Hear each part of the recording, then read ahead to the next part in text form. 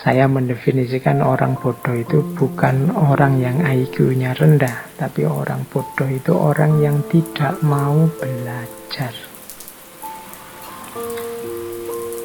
Jadi orang yang tidak mau, orang yang tertutup, tidak mau diberitahu. Diberitahu saja tidak mau, apalagi belajar sendiri. Nah, ini orang-orang ini bahaya.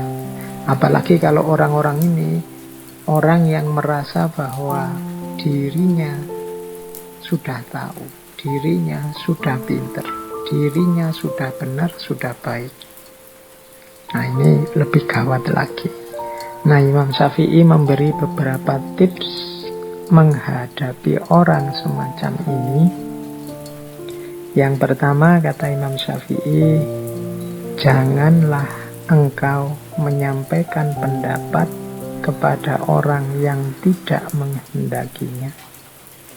Engkau tidak akan mendapat pujian, pendapatmu pun tidak akan berguna.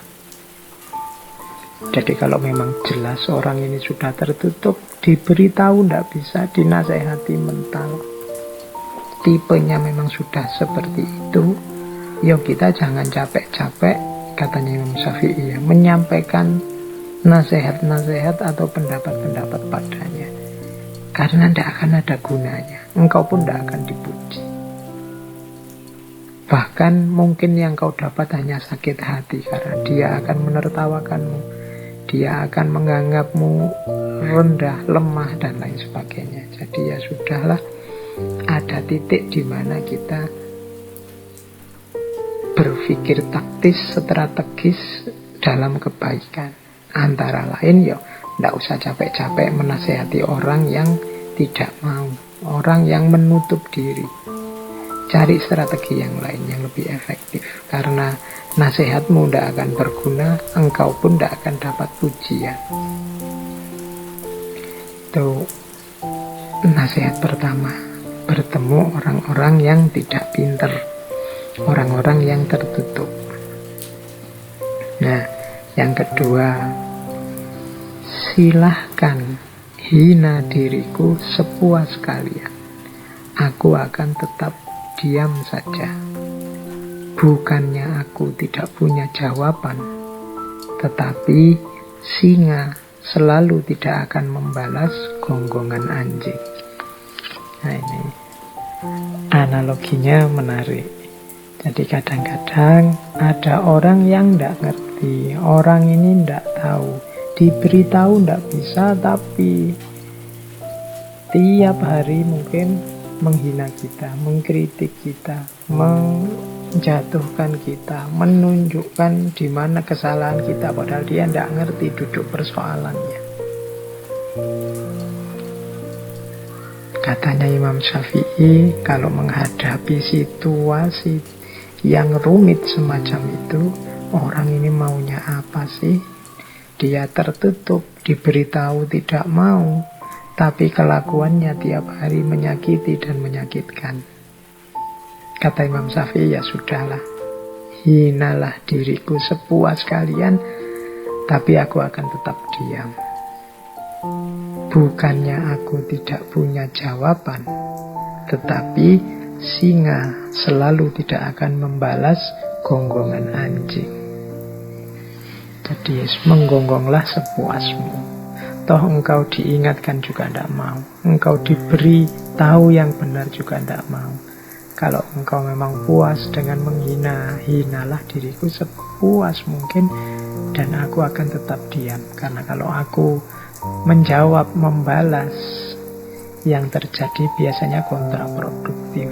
Engkau semakin panjang ngomong, engkau semakin tidak karu-karuan.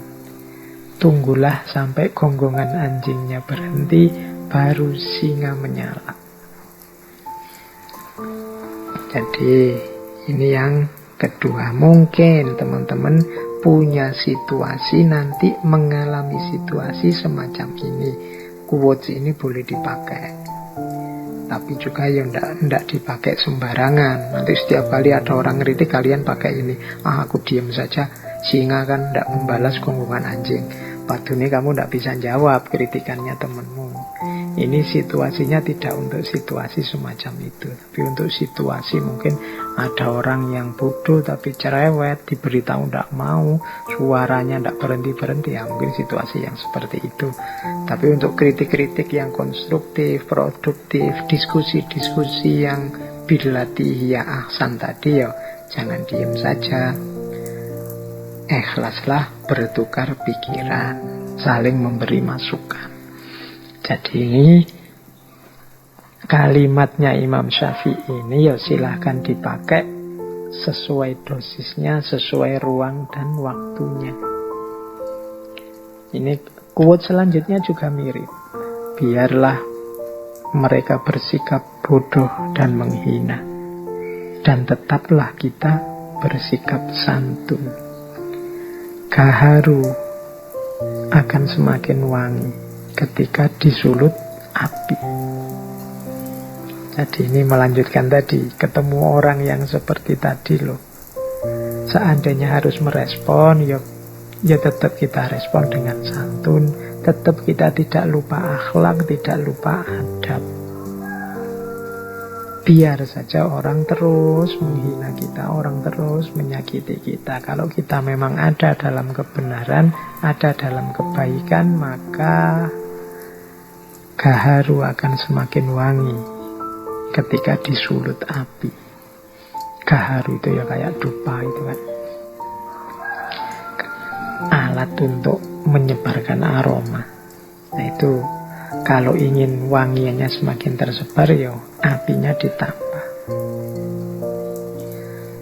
Ya kayak dupa itu kan, ditiup apinya semakin muncul, kemudian aromanya semakin menyebar.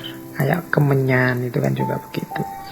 Nah, jadi biarlah orang menghina. Orang menghina kita itu kan semacam melemparkan api kepada kita, menyulutkan api dalam hati kita. Tapi tidak usah khawatir karena kita jenisnya gaharu. Semakin diberi api, kita semakin memberikan aroma wewangian. Maka respon apapun yang kita berikan harusnya tetap dengan jalan bersikap yang santun. Oke, mengapa sih harus diam? Mengapa sih kok tidak langsung ditabrak saja orang-orang seperti itu? Kata Imam Syafi'i selanjutnya, aku mampu berhujjah dengan 10 orang berilmu, tetapi aku akan kalah pada 1 orang yang bodoh, karena ia tidak tahu akan landasan ilmu. Nah ini menurut Imam Syafi'i, kalau sekedar debat, diskusi, melawan 10 orang aku bisa menang, aku bisa berhujjah. Tapi melawan 1 orang bodoh, ya sudahlah, aku tidak akan menang. Kenapa? Dia tidak ngerti landasannya ilmu, sehingga yang dia lakukan paling yo ngeyel, paling yo pokoknya, paling yo menganggap kebenarannya satu-satunya, tidak mau mendengarkan argumen yang lain, tidak mau mendengarkan dalil yang berbeda, tidak mau melihat perspektif yang berbeda. Diskusi dengan orang semacam ini tidak akan menang. Maka ya jalan satu-satunya ya sudahlah, seperti yang di atas tadi, bisa diam dan bisa tetap bersikap santun. Nah ya memang orangnya tidak ngerti, dijelaskan seperti apapun tidak akan mau dan tidak akan ngerti. Nah terus,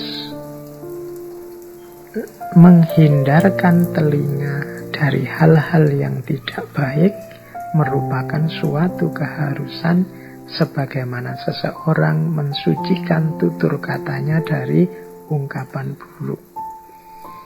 Ini zaman Imam Syafi'i, belum ada medsos, belum ada gadget, belum ada internet.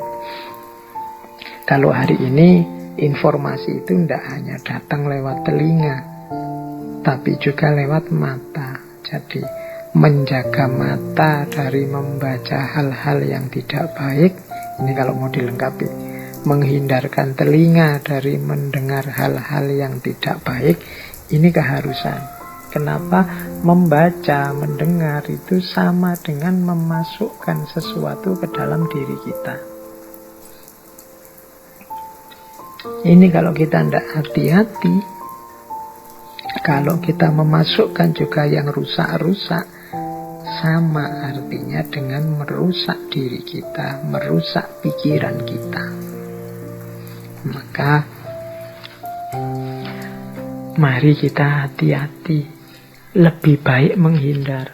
Misalnya punya grup WhatsApp yang isinya begitu-begitu, terus yang tidak baik, ya sudahlah. Kalau ada tiba-tiba grup WhatsApp-nya penuh yang isinya begitu-begitu, ya dibersihkan saja, clear all. Mungkin bila perlu, tidak perlu dilihat-lihat.